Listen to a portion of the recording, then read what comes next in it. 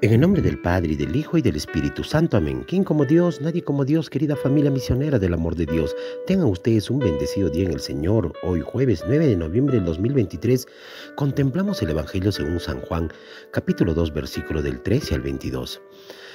Se acercaba la Pascua de los judíos y Jesús subió a Jerusalén y encontró en el templo a los vendedores de bueyes, ovejas y palomas y a los cambistas sentados, y haciendo un azote de cordeles los echó a todos del templo, ovejas y bueyes, y a los cambistas les esparció las monedas y les volcó las mesas, y a los que vendían las palomas les dijo: quitad esto aquí, no convirtáis en un mercado la casa de mi Padre.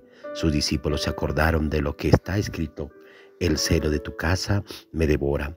Entonces intervinieron judíos y le preguntaron: ¿qué signo nos muestras para obrar así? Jesús contestó: destruid este templo y en 3 días lo levantaré. Los judíos replicaron: 46 años ha costado construir este templo y tú lo vas a levantar en 3 días. Pero él hablaba del templo del cuerpo. Y cuando resucitó entre los muertos, los discípulos se acordaron de lo que había dicho y dieron fe a la Escritura y a la palabra que había dicho Jesús. Palabra del Señor. Gloria a ti, Señor Jesús. Queridos hermanos, hoy la iglesia en sí pues celebra la dedicación de la Basílica de San Juan de Letrán en Roma. Por eso, si ustedes se dan cuenta, hemos dejado hoy día de hacer la consecución o la meditación del Evangelio de Lucas. Hoy estamos viendo el Evangelio de Juan, capítulo 2, versículo 13 al 22, para escuchar justamente esta liturgia como celebración de la Basílica de San Juan de Letrán de Roma.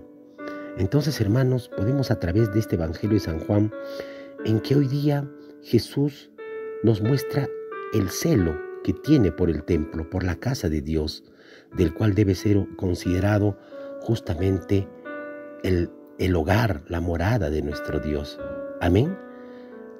Esto definitivamente lo que hace que una iglesia sea pues realmente una iglesia, hermanos, verdaderamente una iglesia. Ser la casa de Dios, tener celo por la casa de Dios, es hacer que la iglesia sea verdaderamente una iglesia. No es la forma, ni las piedras, ni los arcos, ni los altares, ni las estatuas, ni las puertas acabadas, quizás elaborados por grandes artistas. No, hermanos, una iglesia es porque en ella se reúne un pueblo creyente para escuchar la palabra, para compartir el pan de la Eucaristía, para alabar y dar gracias, hermanos, para sentir en toda su riqueza la fraternidad de los hijos e hijas de Dios. Amén. Esa es la verdadera riqueza que tenemos que tener como iglesia. Sin ella, hermanos, definitivamente una iglesia es cualquier iglesia. Si esto no lo entendemos como iglesia, cualquier iglesia donde vayamos constituye cualquier iglesia que no va a ser más que un montón de piedras, un montón de construcciones bonitas, con edificaciones bonitas, o más o menos por ahí, dependiendo quizás hasta de su antigüedad y de la belleza. Podrá ser una especie de museo enorme, hermoso, pero nada más, hermanos. Al final de cuentas, todo eso será un cascarón, sin nada dentro. Amén. Por eso nuestro Señor Jesucristo muestra ese celo tan profundo por la casa de Dios, y de alguna manera se nos invita para que nosotros amemos y cuidemos esa casa de Dios, que es el templo parroquial, donde frecuentamos, donde vivimos la Eucaristía, donde nos encontramos en la asamblea litúrgica, quizás con nuestros vecinos, con nuestros familiares, con algún conocido, en fin, con tantas personas. Por eso es que Jesús se dolió, porque el templo de Jerusalén se había convertido en una plaza de mercado, hermanos, en una venta de animales, en un cambio de moneda extranjera por moneda nacional. Y esto también lo vemos en la actualidad.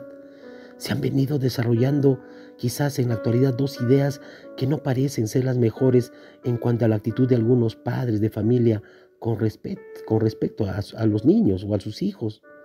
Por un lado están aquellos que, con tal de no molestar a los demás, o quizás por comodidad, por una comodidad grande, se sienten excusados de no ir a misa.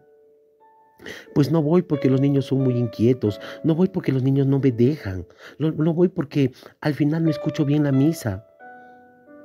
O en otros casos los dejan con alguno de los familiares, O va primero el esposo y después va la esposa, viendo tú que yo me quedo haciendo las cosas, después yo voy después. De manera, hermanos, que el niño definitivamente a través de estas acciones no conoce la verdadera casa de Dios.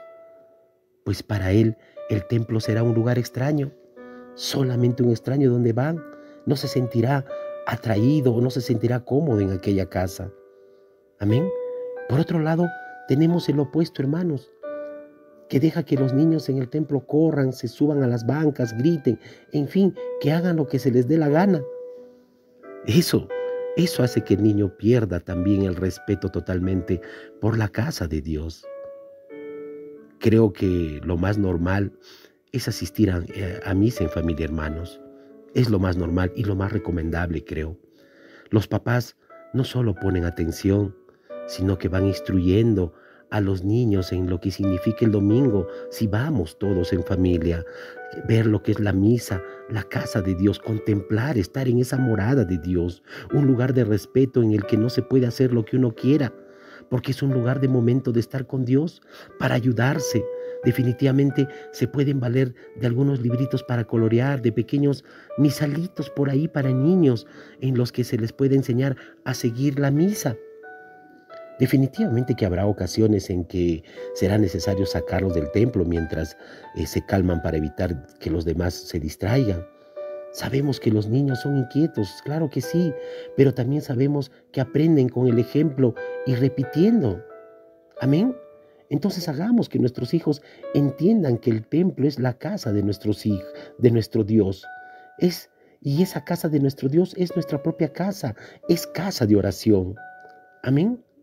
Pero también vemos cómo es que Jesús nos invita a no quedarnos solamente en el templo material, sino que lo más importante es adorarlo en espíritu y en verdad.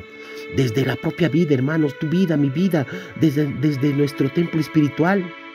Ese es el mayor homenaje que le podemos hacer a Dios, al margen de un templo de muros materiales, como lo dije anteriormente, que solamente tengan puertas bonitas, ventana bonita y todo bonito, sino con una vida llevada, una vida vivida ejemplarmente con los valores cristianos y los buenos valores humanos. Tenemos que entender, hermanos, que el templo vivo es Jesús mismo y que nuestro cuerpo es templo del Espíritu Santo, morada de Dios. Y por tanto, hermanos, por ser morada de Dios, nuestro cuerpo no debemos de mancillarla, no debemos de humillar ni dañarla, porque nuestro cuerpo participa de esa dignidad en toda nuestra vida como verdaderos hijos de Dios. Amén. Definitivamente, muchas veces quizás por los vicios caemos. Y cuando piensas o conozcas a alguien que va a vender su cuerpo, por ejemplo, dile: no prostituyas tu cuerpo, que es casa de Dios.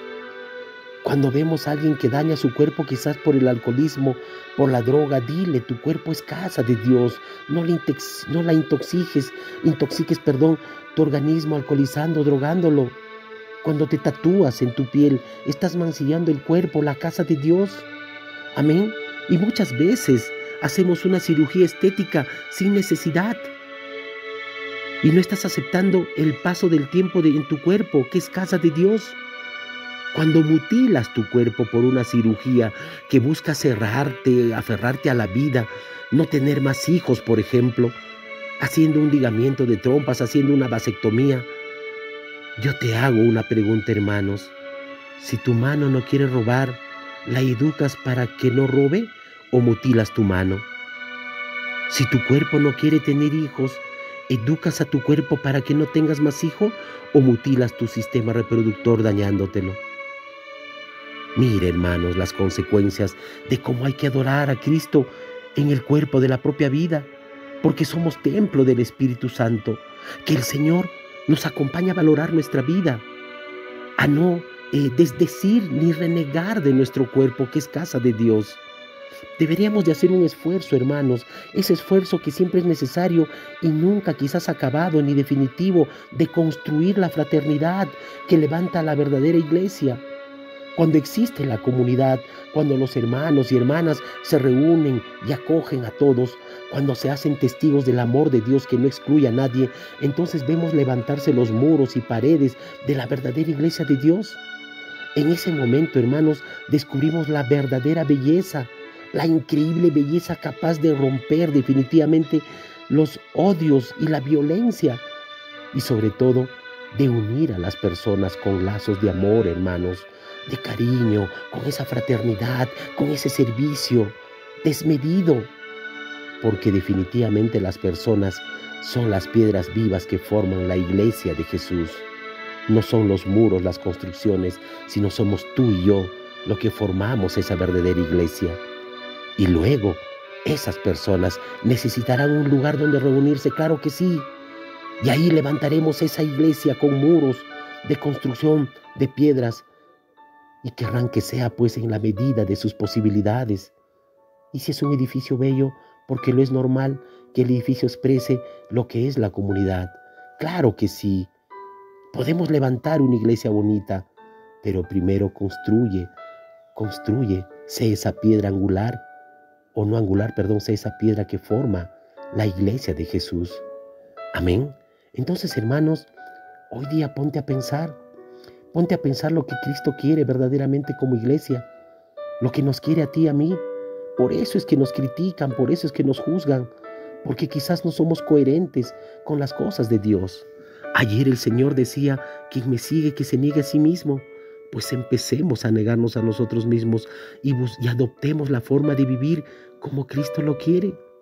Sigamos su ejemplo, sigamos su vida, sigamos sus pensamientos y sobre todo, imitemos el amor profundo que Él tiene. Que su corazón esté como en el nuestro, para así poder amar a todos sin medidas. Señor, dame lo que me pides y pídeme lo que quieras. Amén.